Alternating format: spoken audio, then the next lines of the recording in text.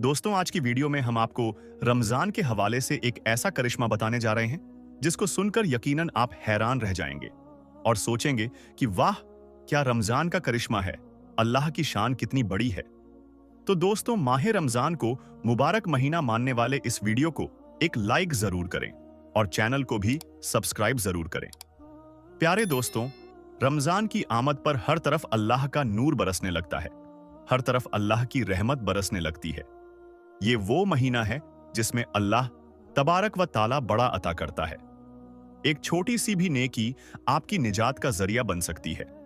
दोस्तों, इस वीडियो को मोहब्बत के साथ पूरा आखिर तक जरूर देखते रहिएगा। दोस्तों, इस महीने में अल्लाह तबारक व ताला सबकी दुआ कबूल फरमाता है। प्यारे दोस्तों, इस महीने का हर कोई बेसब्री से इंतजार करता है।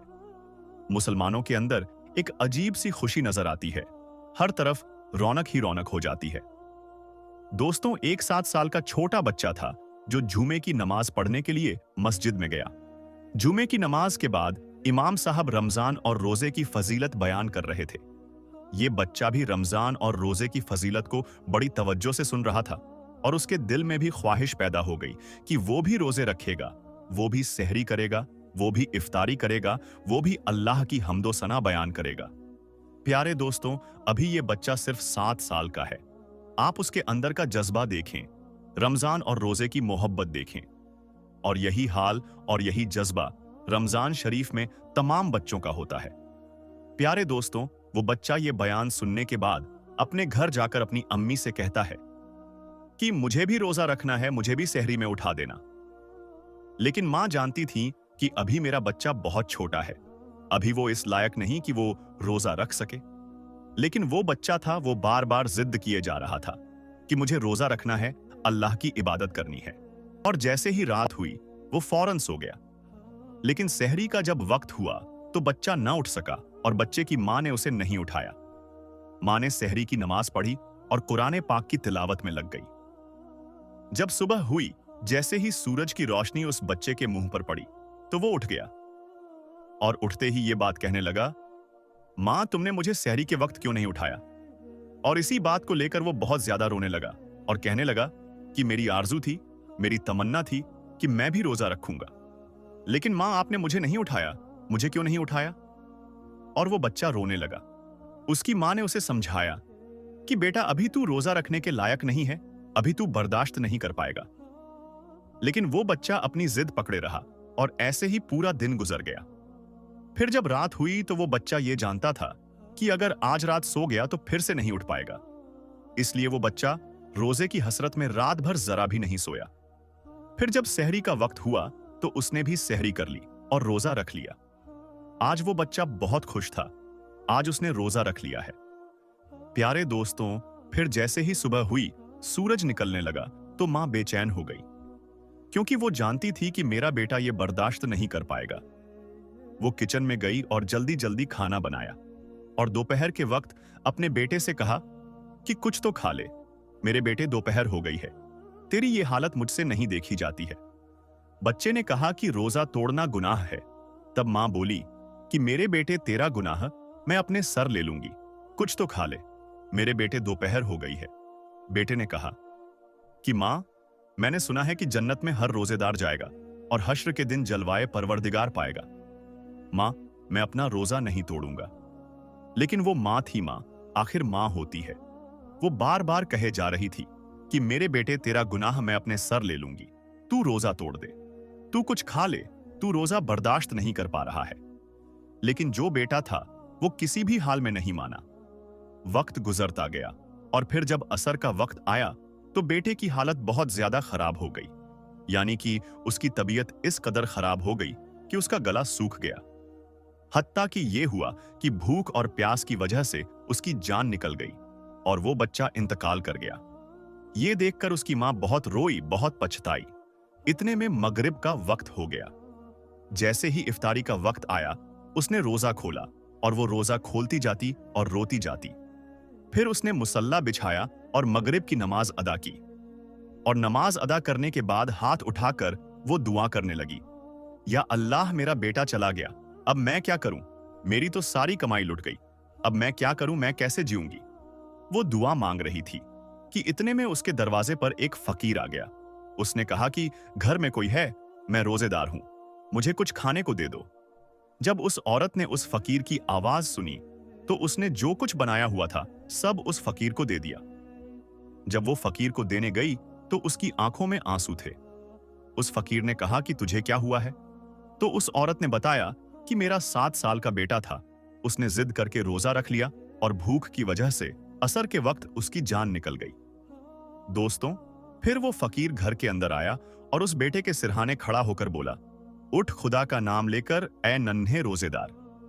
जैसे ही उसने ये अल्फाज बोले, इतने में क्या हुआ कि वो बच्चा जो मर चुका था, वो नन्हा रोजेदार फिर से जिंदा हो गया और अल्लाह पाक का नाम लेता हुआ उठ खड़ा हुआ। दोस्तों, ये बहुत बड़ा करिश्मा है। एक नन्हा रोजेदार जो मर चुका था, वो अल्लाह का नाम लेते हुए फिर से जिंदा हो गया। दोस्तों, ये अल्लाह तबारक व ताला का बहुत बड़ा करिश्मा है।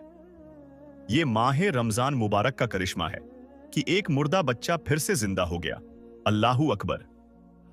रमजान का क्या करिश्मा है, अल्लाह की शान कितनी बड़ी है। दोस्तों, माह रमजान को रहमत का महीना मानने वाले कमेंट बॉक्स में अल्लाहू अकबर जरूर लिखें। दोस्तों, अब हम आपको शरीफ भाई और उनकी 7 साल की बच्ची के रोजे के बारे में बताएंगे, जिसे सुनकर आपके रोंगटे खड़े हो जाएंगे और आपकी भी आंखों में आंसू आ जाएंगे। इसलिए आप इस वीडियो को आखिर तक जरूर देखें। दोस्तों, शरीफ भाई एक बड़े से बंगले में माली थे और वहां पर काम किया करते थे। एक बार वो काम पर जा रहे थे तो उनकी 7 साल की बेटी कहने लगी, बाबा, आज मेरा भी रोजा है और आज इफ्तारी में आप वहीं लेकर आएंगे जो मैं कहूंगी। शरीफ भाई अपनी 7 साल की बेटी की आवाज सुनकर रुक गए और फिर बेचैनी से पीछे मुड़कर पहले बेटी को देखा और फिर अपनी बीवी को देखने लगे। बेटी ने कहा, मुझे इफ्तारी में बिरयानी खानी है और रायता और सलाद भी होना चाहिए और समोसे भी, पकौड़े भी और खीर भी, बस इतना ही। उस नन्ही परी ने उंगलियों के पोरों पर एक एक चीज अपने बाप को गिनवा दी, लेकिन उसके गरीब बाप के पास अपनी बेटी की यह ख्वाहिश पूरी करने के लिए जेब में एक सिक्का तक नहीं था। बेबसी से वो अपनी प्यारी सी बेटी का चेहरा देख रहा था, जो बाप के मुंह से जवाब सुनने के लिए बेताब खड़ी थी। शरीफ भाई ने बेटी से कहा, इंशाअल्लाह मेरी जान, मगरिब की नमाज में वक्त है, पहले जौहर की नमाज पढ़ लो, इफ्तारी में अभी बहुत वक्त है। यह सुनकर उनकी बेटी सना खुशी के मारे उछलते हुए वहां से चली गई। शरीफ भाई अपनी बीवी से कहने लगे, ये क्या पागलपन है, तुमने इसे रोजा क्यों रखवाया, जबकि तुम्हें पता है कि मेरे पास एक वक्त के खाने के पैसे तक नहीं है। कहां से लाऊं मैं इसके लिए इफ्तारी? अगर नहीं लाऊंगा तो इस बच्ची का दिल टूट जाएगा, ये नाराज हो जाएगी।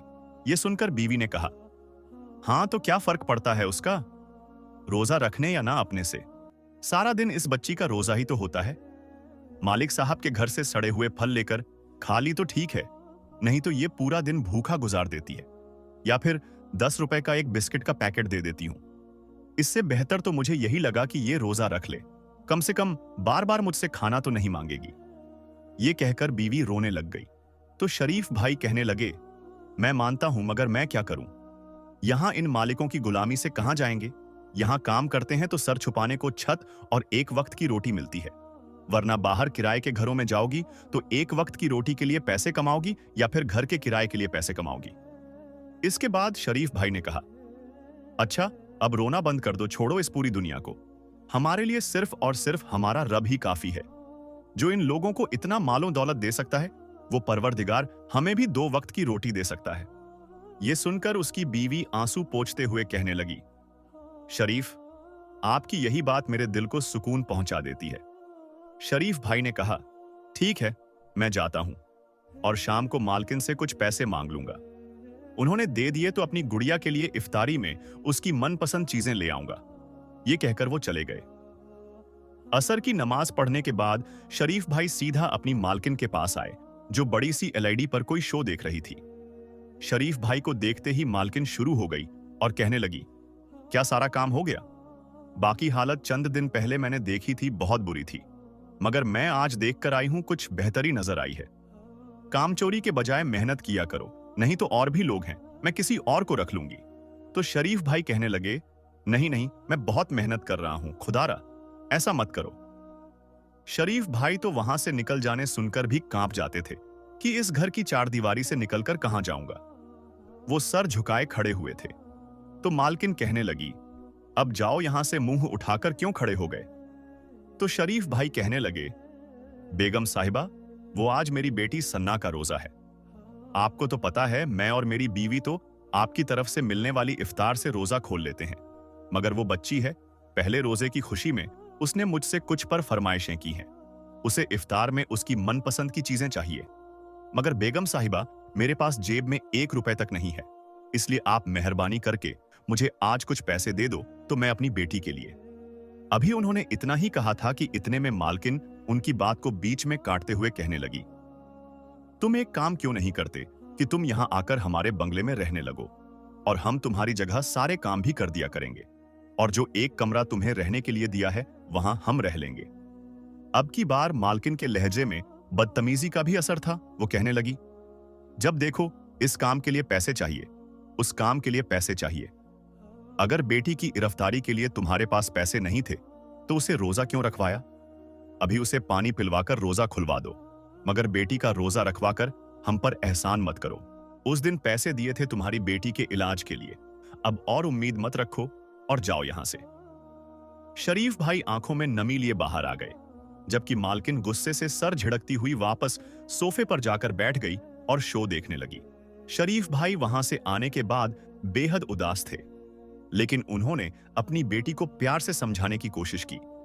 बेटी ने कहा, बाबा आज आप मेरे लिए तेरी इफ्तारी में वो सब कुछ नहीं लेकर आए जो मैंने आपसे कहा था।